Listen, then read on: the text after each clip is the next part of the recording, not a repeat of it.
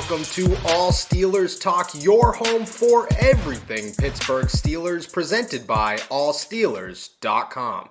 What is up, Steelers Nation? Thank you so much for jumping on to another episode of All Steelers Talk. I'm Noah Strackmine, joined every Friday by my main man, Derek Bell. Find us on youtube.com/All Steelers Talk or anywhere you get your podcasts.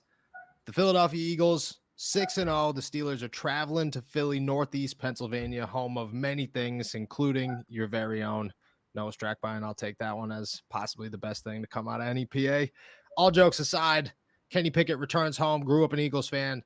TJ Watt, possible return. Chris Boswell, scary late week injury. We got some news on that one, some insights for you. It's a beautiful day in the Burgh. It's a very nerve-wracking weekend for the Steelers. How you feeling, my friend?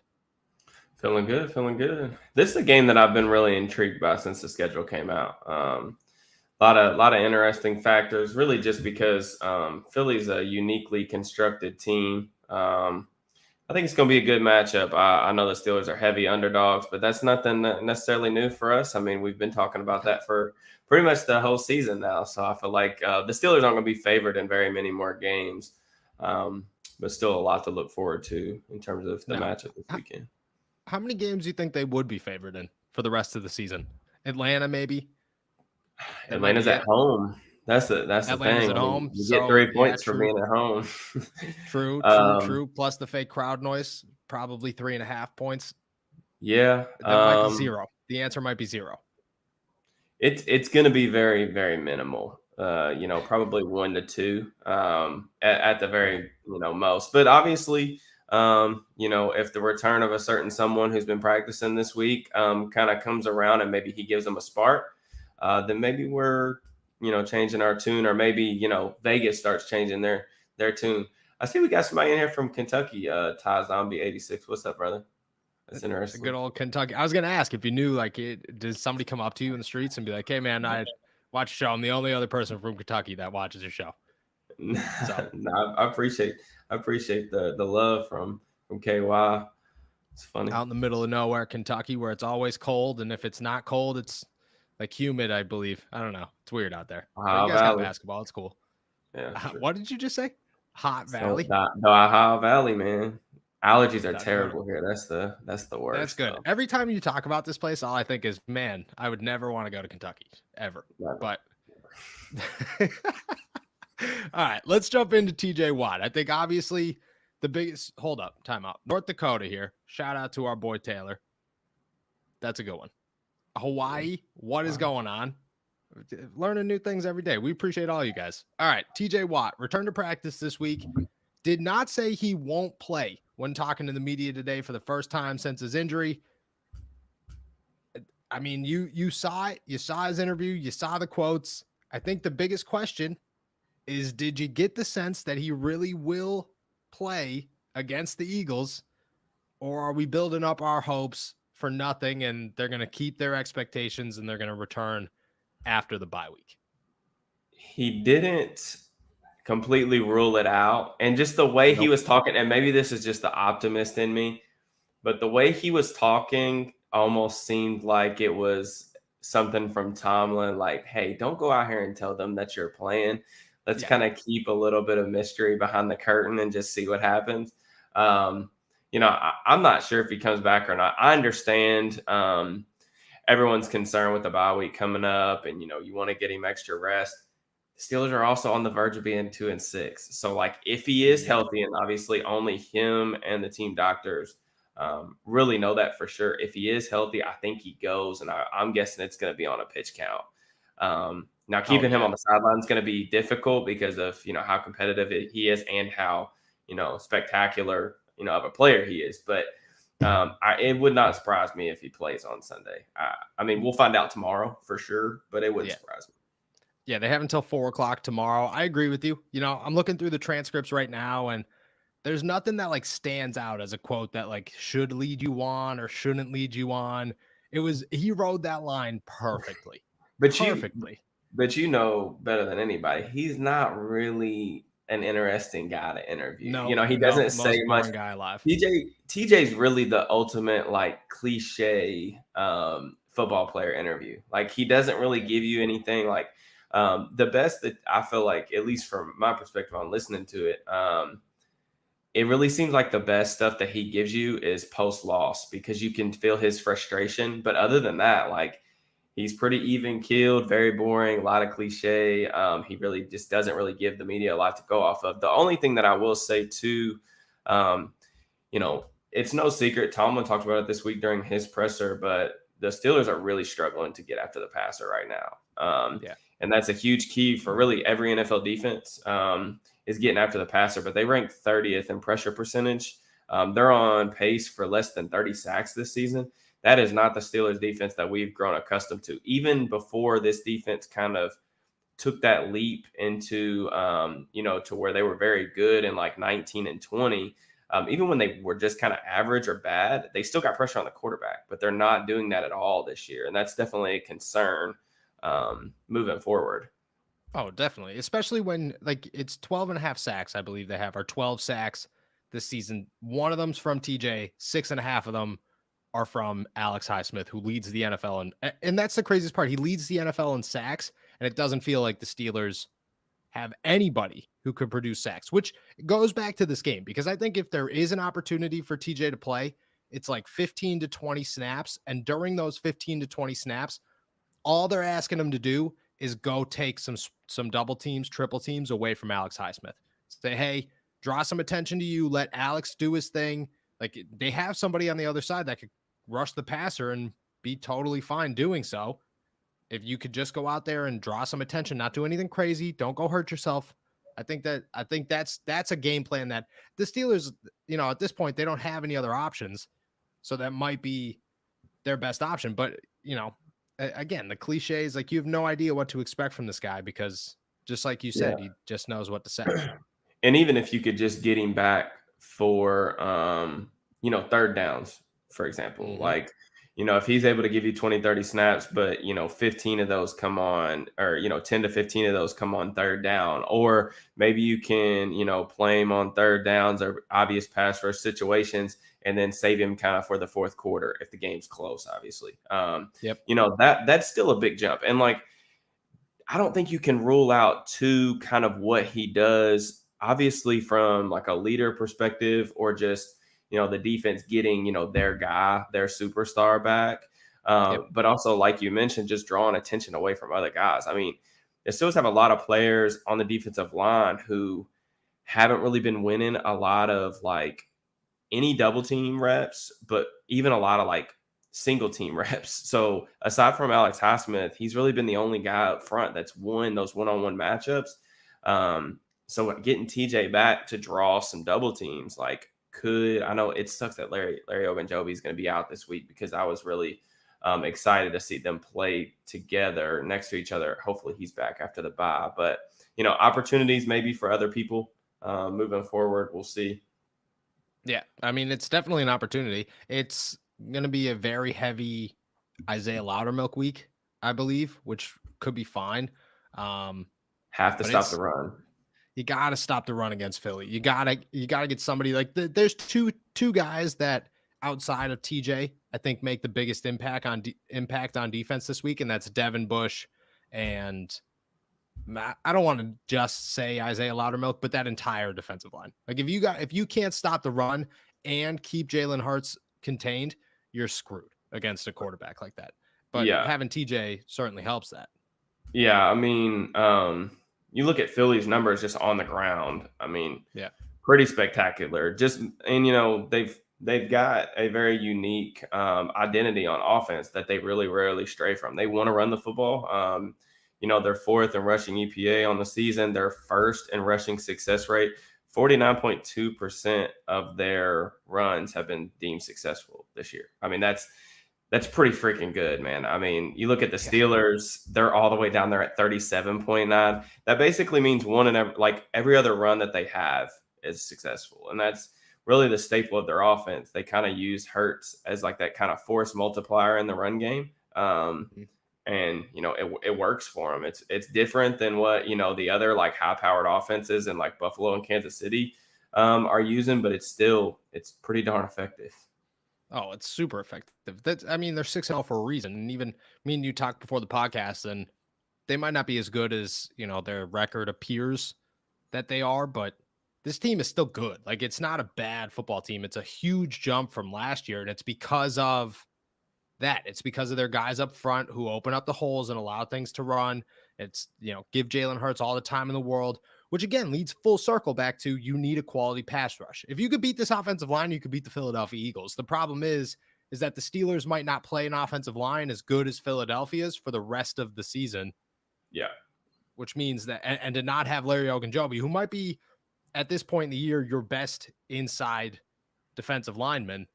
I mean, it's going to be tough. It's definitely going to be tough. But yeah. I mean, overall, I still don't think like TJ's impact would be nice. It would be a good addition, but you're going to need more than TJ Watt's 20 snaps to beat the Philadelphia Eagles. No doubt about that one. Sticking with the defense, no Larry Ogunjobi, no Levi Wallace. You get Akello Witherspoon back. You get your boy Akello Witherspoon back. Forgot about that one. Do they have the hits? Do they have enough going for them right now to just say, okay, those injuries shouldn't kill them? That's the thing. I mean, this is a big week, like you mentioned, for like Isaiah Loudermilk. I mean, if TJ plays, depending on what it may depend on the front. They may go away from a little bit of that, 3-3-5 set that they've kind of been using up front. If they play, maybe they go back to like a traditional base. I'm interested with Loudermilk because they're going to need him to play extremely steady against the run. You have to get this Philly team in like 3rd and long, because that's the thing. I think for most teams, at least in like the little bit that I was able to watch of like their 3rd down stuff this week, most teams, like when they get into like 3rd and 3, 3rd and 4, like those are obvious passing situations. For Philly, it's different because they have a running quarterback. So like they will run like design quarterback runs on those type of downs. So you can't live with, okay, we got them in 3rd down and 3, 3rd down and 4. Like you have to get them in like 3rd and 7 and longer to really get them out of their run game. So that really starts on 1st down. I mean, the Eagles, there's no secret in what they want to do. It's really just a matter of like, can you beat them up front with how good their offensive line is? Because it is probably the best unit in the entire NFL. Oh, it's definitely the best unit in the NFL. I don't know. I told you before we got on here, I did not watch much Philly tape this week. I've just been so busy. There is no hiding that Philadelphia's offensive line is just absolutely unreal. Like it's not even a question. I love this question. I asked you last week this question, and I enjoyed the answer so much that I think I'm going to ask it every single week. If you were the Pittsburgh Steelers, if you were Mike Tomlin, how are you playing the Philadelphia Eagles to stop Jalen Hurts and this offense this week? I'm also pretty positive that Mike Tomlin heard you 2 weeks ago when I first asked you this question, and no, maybe it was last week against Miami, and it worked because 16 points is a win. Yeah, the defense is playing better. That's kind of the interesting thing about this matchup is there is hope that the Steelers are trending in the right direction on defense. They just got to really get a little bit healthier. They just need TJ back, and I think that you could see a good defense kind of begin to populate. Yep. I mean, you're going to have to score points. I don't think that the Steelers have enough. It's not necessarily X's and O's from my perspective. It's more of like talent up front. I don't know if the Steelers have the talent up front on the defensive line to just stop Philly's ground attack. They do not. Let's be honest. They do not. Yeah, but they absolutely – that has to be priority number one. So, like, if that means, playing – an extra safety in the box and rolling Terrell Edmonds down, playing a lot of like middle field closed type of stuff, then that's what they're going to have to do. I know that that's not great because that's going to mean, your corners on the outside are going to be matched up with Devontae Smith and A.J. Brown. But I think if you're going to look at that that's kind of how that needs to play out. The other thing about Philly is they don't use the middle of the field. So Hurts really doesn't throw to the middle of the field very often. He's a shorter quarterback, so like there's always that speculation that's why. But he didn't in college. He really doesn't, from what I see right now. I don't know what the numbers necessarily are, but they don't really use the middle of the field. So who knows? I don't know how they're going to play them specifically. I know that it's going to definitely be featured kind of around the run game. I would just take my chances on the outside.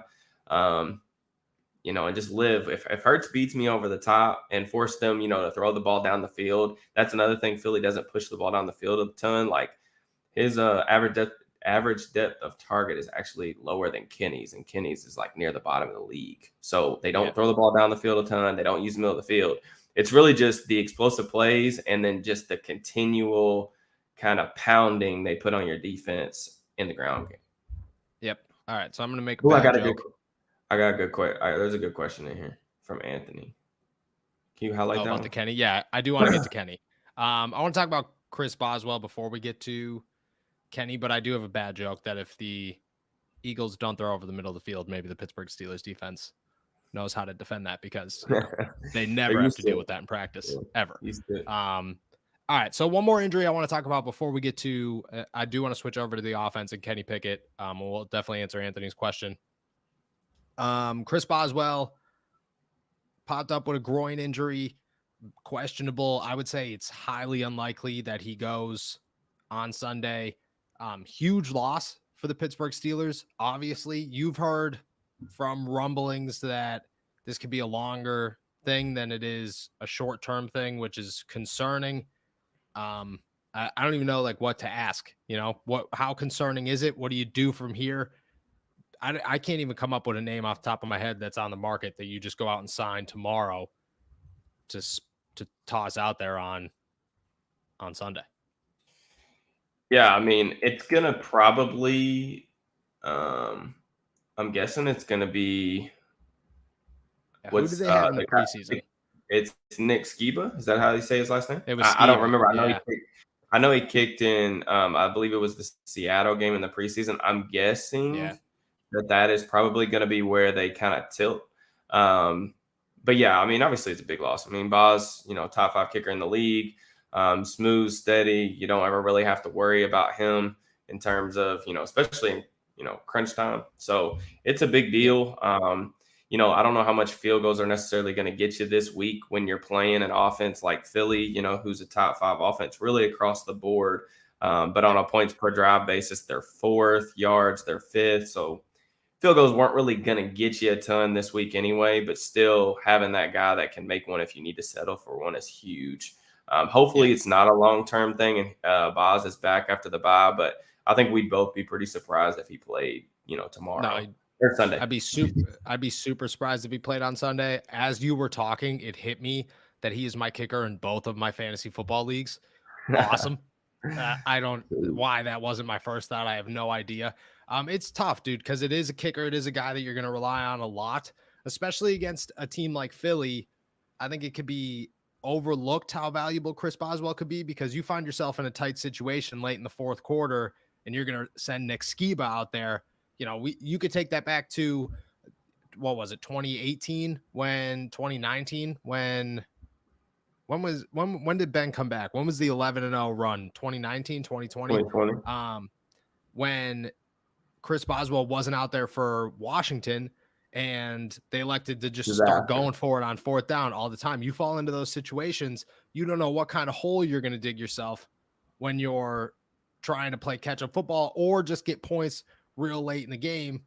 And that's a tough situation because then you're looking at it. Are we going to put out a kicker who hasn't kicked yet, or are we going to put out Kenny Pickett and say, hey, go win us a football game, on the 40-yard line with 7 seconds left? Like, that is just an impossible task to ask either of those guys, but you're going to have to make that decision. And then, it stinks you don't have a guy like Justin Reed or anybody. I don't even know I think it's Derek Watt is the emergency kicker for the Steelers because Presley Harvin can't kick a ball for his life.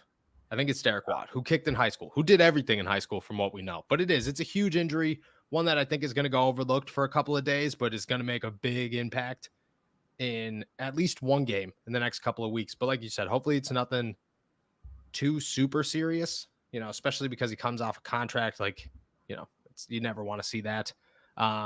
Just from like what I've seen of practice is he's not doing much. So I don't know how long this injury's lingered for. I don't know if it's brand new, but it's definitely a little concerning. All right, let's get to Anthony's question about Kenny Pickett. But first, we got a word from our boys over at Manscaped. Welcome to Fresh Ball Fall. It's the season of pumpkin spice and making sure your crotch looks nice. That means sipping cider in a fall breeze and using Manscaped products to trim your balls with ease. That's right. Today's show is brought to you by Manscaped, a company here to make sure that your foliage isn't the only thing shedding its excess leaves. Heck, even Mother Nature knows it's time to lose the excess clutter for fall. Join the 6 million men worldwide who trust Manscaped by going to manscaped.com for 20% off plus free shipping with our code Steelers20. I won't lie, Derek, I've ran out of all of my Manscaped stuff, so we're going to have to get some new Manscaped stuff. Whether you're brand new or already with us at Manscaped, you could use the crown jewel of care for your family jewels, the Platinum Package 4.0. With this glorious package, you can align your entire hygiene routine all in one swoop. Inside their 10-part platinum packages, everything you know and love about their performance package, plus some shower goodies included to elevate your grooming game to platinum. The Lawnmower 4.0 body trimmer and Weed Whacker nose and ear hair trimmer feature proprietary advanced skin-safe technology to protect your delicate parts and holes. Both are waterproof, so you can keep scaping even as the weather's changing. In addition to shaving, you can now completely upgrade your shower routine with the Ultra Premium Body Wash and Ultra Premium 2-in-1 Shampoo and Conditioner. You'll have your skin and hair feeling hydrated and smelling fresh.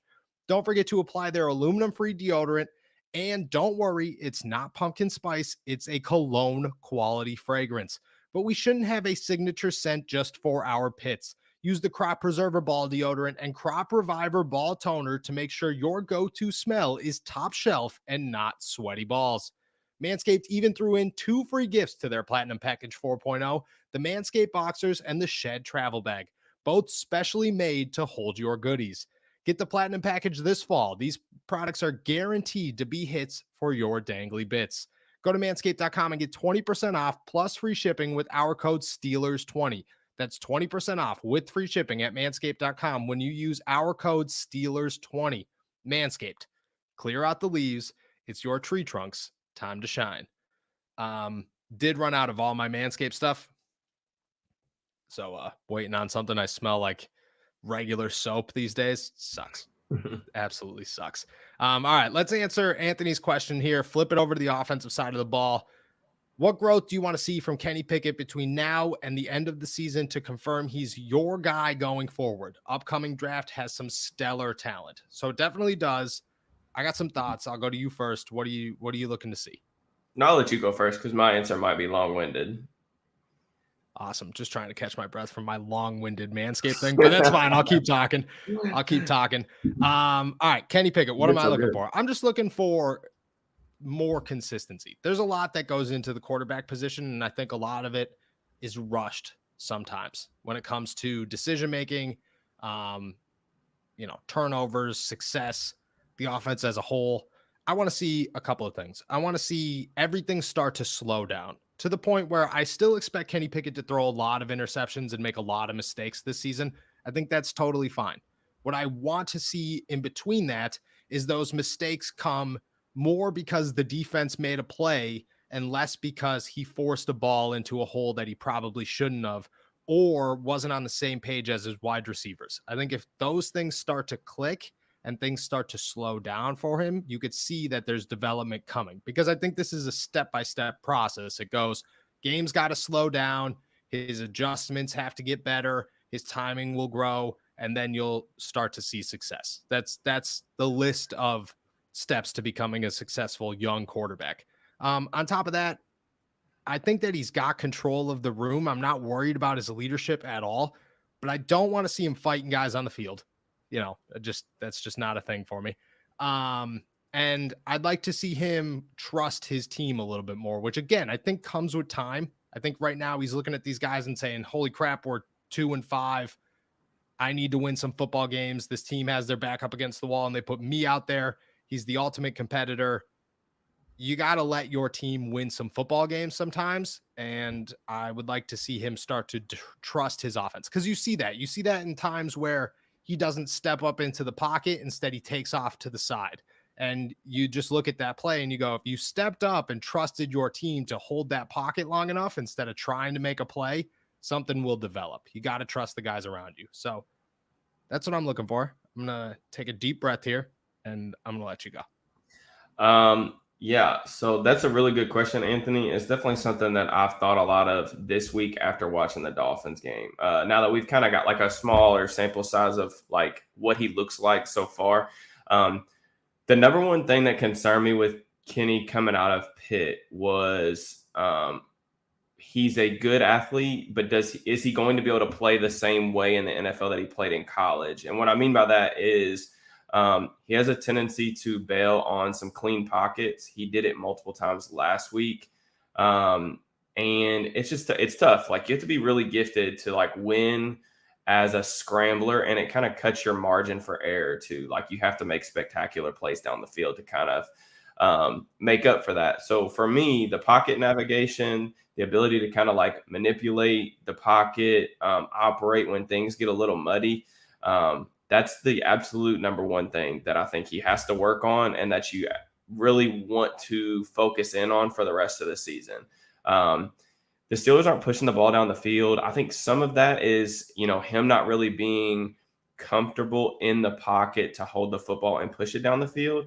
And then obviously there's a lot of schematic concerns. I mean, there's no doubt that he's in a terrible offensive scheme.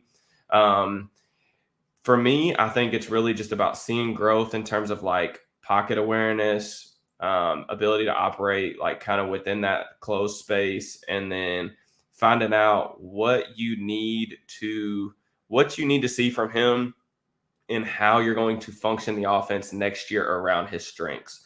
Like right now, I find it a little bit difficult to find out what the identity of the Steelers offense is, because I don't know really, other than quick game, what they're doing well on offense. And that's what I need to find out. Like, what is he comfortable with? How do they need to shape the scheme next year in order to fit his strengths and hide his weaknesses? So For me, that's the thing. I know a lot of people are going to focus on the interceptions, and they're killers. I mean, neither one of those interceptions last week, the one to Holland is a way bigger deal to me than the last one. The one to Holland was a terrible read, and he does not have the arm to make that throw. So that was concerning. But at the end of the day, like, you got to understand that there's going to be those times where he's going to do stupid stuff because he's a rookie and he hasn't seen all the different coverages yet at this level.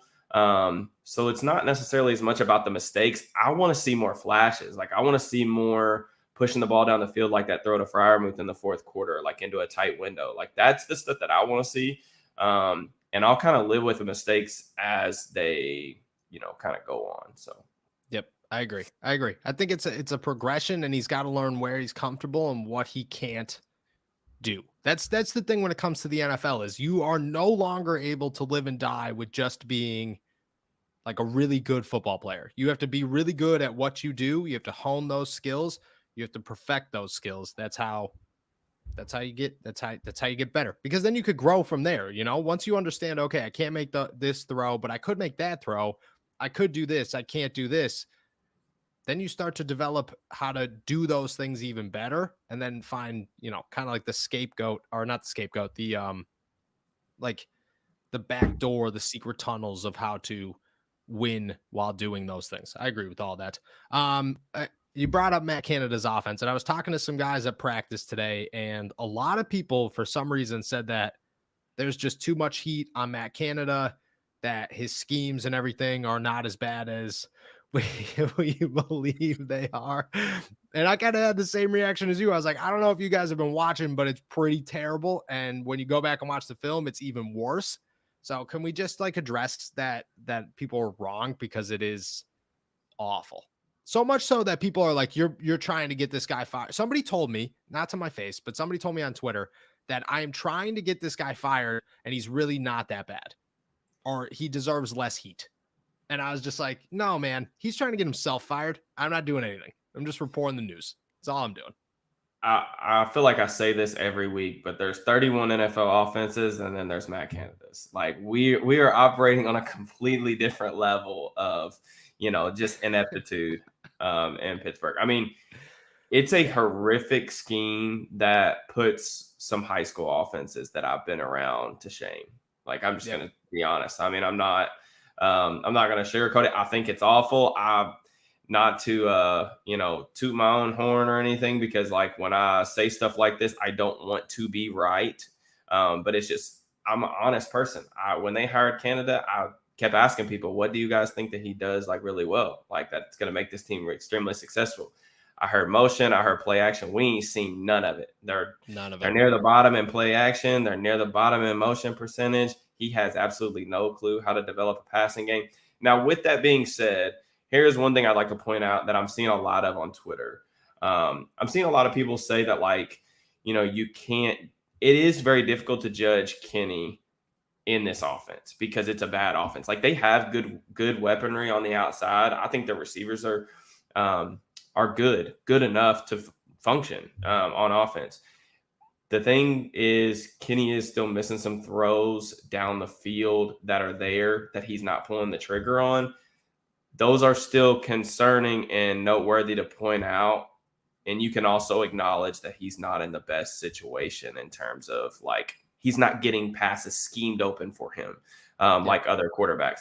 But that's the thing. I mean, we knew that kind of from the jump. Like, Canada's also a really good example, like, to phrase it, like, everyone knows a guy from like high school or from college that like kind of fell up somehow. Like, they weren't really good. They weren't good students. They're not good people, but somehow you always see them getting breaks. Like, everything just, for whatever reason, works out for them. If they throw something up against the wall, it just somehow sticks.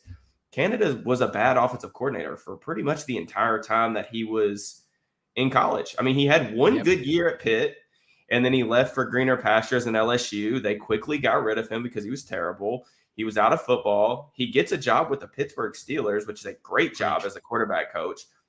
The offense isn't good with him there, and then he falls up into another offensive coordinator job. So he's not a person that people have really wanted to surround themselves with in multiple different organizations over the past decade, and he keeps getting these opportunities. So I wish I could explain it better than that. I don't understand people that are like, I don't get how you're watching the Steelers, even from the broadcast angle on Sundays. Not saying you need to do a bunch of tape work. I don't know how you're watching the Steelers on Sunday and being like, yeah, we're too hard on Matt Canada. Like, what? Have y'all been to a high school football game? Like, I'm not saying, like, this offense shouldn't be, I'm not asking for this to be Buffalo. All right. They don't have that type of quarterback. They don't have that type of talent. But this is better than bottom two, bottom three offense in the league. Like, that's the point. Oh, this easy. should be a slightly below average offense with everything constructed currently. And we're just not getting that. And that to me is just an absolute disaster. Yep. Thank you. The falling up thing is the best thing you could have possibly said, because that was the argument that I got I get it time and time again from everybody, from all over, people in person, people on social media, all over the place. Well, if Pat Narduzzi, Mike Tomlin, and Ed O hire you, you must know something. You must be good at something.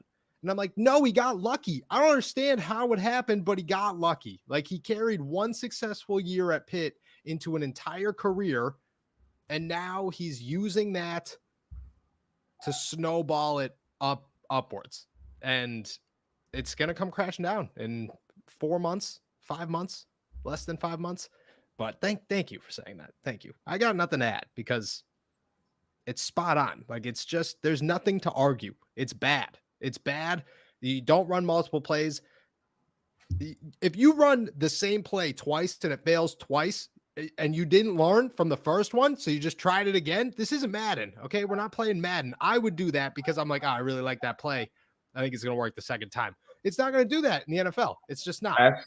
Ask yourself this, and then we can get off the Canada topic because we're both just getting fired up. But ask yourself this: if any other coordinator, okay, the Miami Dolphins, for example, last week had their fourth string cornerback, a former first round pick that they completely gave up on. They do not want him. They tossed him to the side. They were playing undrafted guys, like less heralded guys over him. Okay.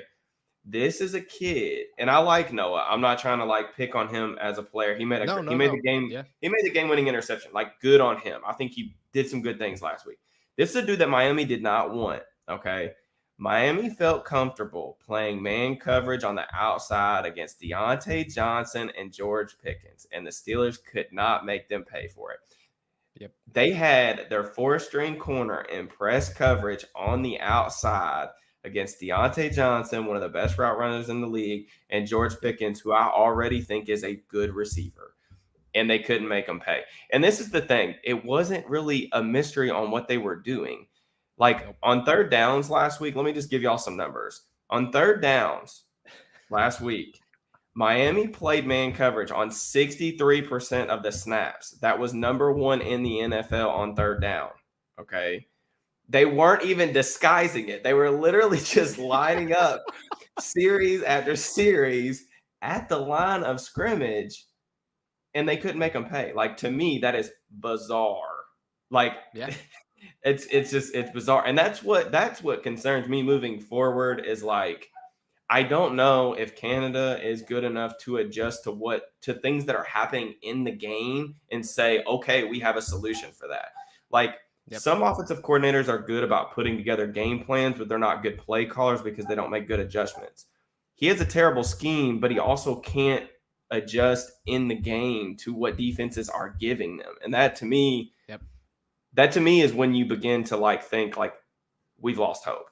And that's why, you know, it's hard. Like I said, that's the part that I think is going to make it hard to evaluate Kenny, because I think he's in a terrible system that isn't going to give him any gimmies. Like, he's not going to get the assistance from the scheme that other young quarterbacks are getting. You look at Bailey Zappi, who literally looked like a functioning good NFL quarterback for multiple weeks with Matt Patricia calling the plays, because they were just scheming him wide open plays on play action. Like, this man has 158.3 perfect passer rating on play action. Meanwhile, the Steelers are running play action bootlegs to the flat to Connor Hayward and freaking like to run screen passes. I mean, it's really bizarre to me that it is, like I said, it's bizarre to me that he has a job. And I mean that respectfully, but it's just how I feel. You have to mean it respectfully, but at the same time, like, you know, it's hit the point where like people are getting so upset and so like trying to blame so many different things. And it's just like, I don't understand where those expectations are coming from. How you walked into this and watched this game and go, yeah, you know what? Shuffle passes to Zach Gentry. That was the second down stuff. The second down shuffle pass took me out. I wish you guys could have been in my basement. I wish you guys would have been in my basement. It was so bad. It was so bad. That was the end of it. I see Rich is saying if they don't take down shots down the field, play action won't work. Look, you don't have to be a good running team to run play action. You don't have to always take deep shots when you run play action. But you got to take something other than bootlegs and sprint outs. Like, if every time you're going play action, it's to change the launch point and move the pocket, and all you're doing is hitting the flat, that's not doing anything to stretch the defense vertically. All you're doing is stretching them horizontally. Like, there's multiple things that you need to do with play action. They don't have the ability right now, like in their scheme, to test teams vertically. Like, if you look and you watch other teams and how they use play action, they're manipulating the second level defenders, like the linebackers, and hitting shots over the middle of the field. We saw it too. We saw Tua do it to the Steelers the whole first 20 minutes of the game against them. Yep. Like, Tua, play action, boom, crosser, boom, skinny post, condensed split, throw into the middle of the field. Like, you don't necessarily have to be this, like, you don't have to have a crazy arm to throw those. Like, Jared Goff, McVay had this man looking like an MVP candidate back in like 2018, 2017 with this like wide zone play action pass over the top, over the middle. Jimmy G's made a living throwing over the middle of the field. Even though I don't think he's a great quarterback, he's serviceable because Shanahan's able to get him play action looks, and they're able to use the middle of the field. Canada can't even do that. That to me it's just bad. It's really bad. You could come up with a million. Like I have 2 plays in my head right now that I just won't, because we'll just keep going. Like I could talk. I could talk. I could talk X's and O's and why this is so bad for 3 hours. We'd need an entire. We'd run into tomorrow's college football broadcast. It'd be bad, but that's what I'm saying. Like that's just what I've dealt with on social media forever. It's been a stressful week. I'm just tired of defending it. So I'm just gonna crap this out. I'm gonna put it on YouTube, and anytime anybody's like, well, it's not Matt Canada, I'm just going to share the link and be like, here, this is why it's Matt Canada. Thank you very much. All right. Before we get out of here, we got one more thing left to do. Best part of the week. I don't know what we're at. I don't think I got the Steelers might have got it last week. They covered, but I think I had the over. So I went 1 of 2. Let's see. I got it right here. You went 27-20. The over was 45.5. So you went over. So yeah, it was way under the 45.5. But the Steelers did cover. So you were right there. I had the Steelers to win. So shame on me. It is what it is. It is what it is. All right. Pittsburgh's walking into Philly, a city that is red hot right now. Like red. I wish there was a World Series game going on, because I would just love to see what that city's like in the middle of all the heat. Week 8, 10.5 point dogs, 43.5 over under. I was told today that they're going to cover the 10.5, that it's just, why would you ever bet 10.5 is just too big? That's what I was told. And I was like, well, you have fun doing that. And I'm done betting on sports this season, but I wouldn't do it. All right. 43.5, 10.5 point dogs in Philadelphia. I mean, what's your score? What do you got?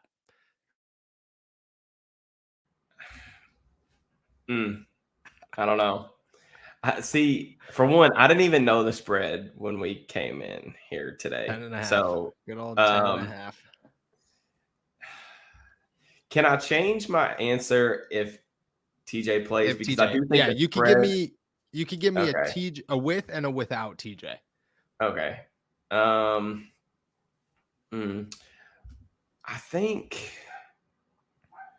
think I want the under regardless. Okay. I will also say, I want to answer this question real quick before I get to the rest of my prediction. Anthony's matchups we should look forward to. Lane Johnson's come back from a concussion. For what I understand, if he plays and Watt plays, I'm interested in that matchup, because I think Lane Johnson, one of the best right tackles in football. TJ, obviously, superstar. So that's a matchup that I'm really specifically looking forward to.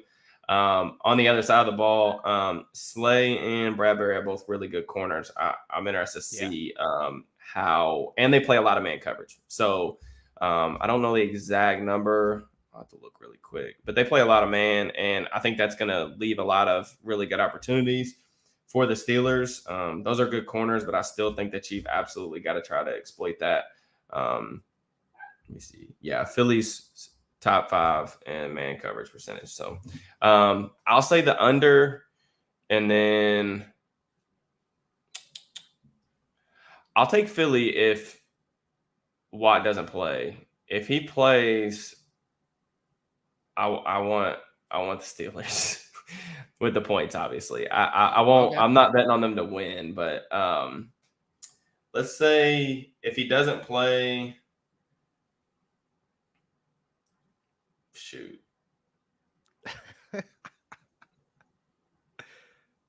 27-13. 27-13. High scoring game for the Steelers here, huh? Yeah, and then if he plays, give me something like 24-17 or something. 24-17 or 24-14. 24-14. They'll score on defense. 24-14.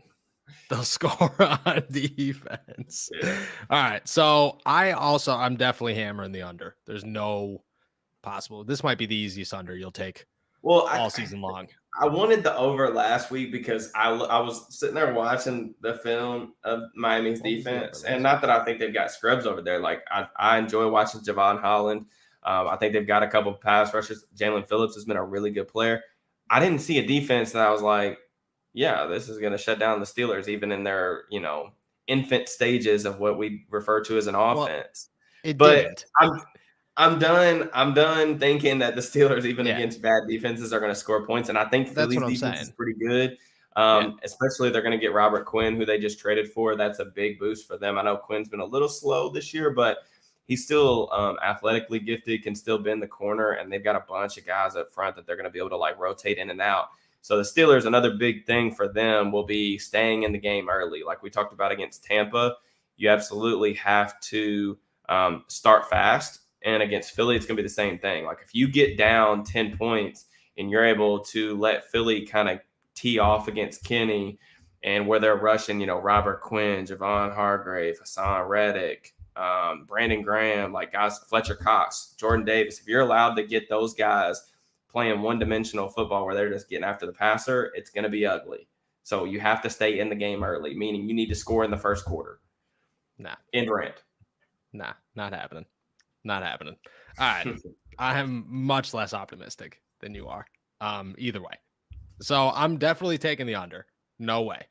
No way they're hitting the over on this. Like unless Philly scores 40, there's just no way. There's no possible way. This is like, I don't want to say it, but this is the end of the Canada run. This is when everybody in Pittsburgh starts to just get it in their head. Players, organization, Rooney, Canada himself, everybody and their mother is just like, all right, it's just over. Like there's just, they might beat Atlanta. They might beat New Orleans. Maybe they'll pull off another Cincinnati game, but I doubt it. Just because they can't score any points. With no TJ. I feel really bad saying this one, but 28-10. And this is that score right there is the first time all season I felt confident in a score prediction. 28-10. Feel terrible about that pick. I don't like doing this at all. I'm very excited for the turnaround because, I'd like to pick some wins and feel confident in them. If TJ does play 21-10, we'll cut off a touchdown. TJ gets a sack. Alex gets a sack. Maybe the offense still does absolutely nothing because it's just the offense. Like, just like you said, like it's not Miami didn't beat the Steelers. The Steelers beat the Steelers. They couldn't do anything at all. They ran shuffle passes on second down. They were the most predictable offense in the NFL for the 7th week in a row. I don't expect anything to change. I expect Nick Sirianni to be an intelligent head coach, even though he doesn't sound like it in press conferences, and be able to adjust to football games. And then I expect, maybe Mike Tomlin has enough, and at halftime, Mike Sullivan starts calling plays. But if that's not the case, 28-10, 21-10, don't feel good about it whatsoever. But, we'll see. We'll see. I've been wrong every single week this season. So, might as well just be wrong again. I know. Might as well be wrong again. I will bring up the shuffle pass until I die. Okay. We might have to start selling shirts of just the shuffle pass. And just, what are we doing here? What are we doing? All right. We'll see what happens. Don't feel good about it, but we'll head into Sunday with some optimism. Hopefully, if anything, you could take away some positives that TJ Watt's back on the field, and that's the beginning of what hopes to be a turnaround for the Pittsburgh Steelers. We're going to head out of here. I don't have any. I'm trying to come up with words of encouragement for everybody. Do you have any? I don't have anything. I don't have anything. Put a smile on your face. Yeah. Get after Jalen Hurts. Stop the run. Get after Hurts. He'll duck his head. He'll try to start bailing on clean pockets. That's the best I got for you. That's the best you got for it. This is a game Minkah Fitzpatrick could take advantage of. I will say that one. All right, we're heading out of here. Thank you guys so much for jumping on to another episode of All Steelers Talk. Make sure to subscribe to us on YouTube, youtube.com/All Steelers Talk. Find us anywhere you get your podcast. And as always, check out mine and Derek's work at allsteelers.com. I'll be back on Monday. Hopefully we're wrong with another bet. Enjoy your weekend. If you're in Philadelphia, stay safe. We'll see you next week.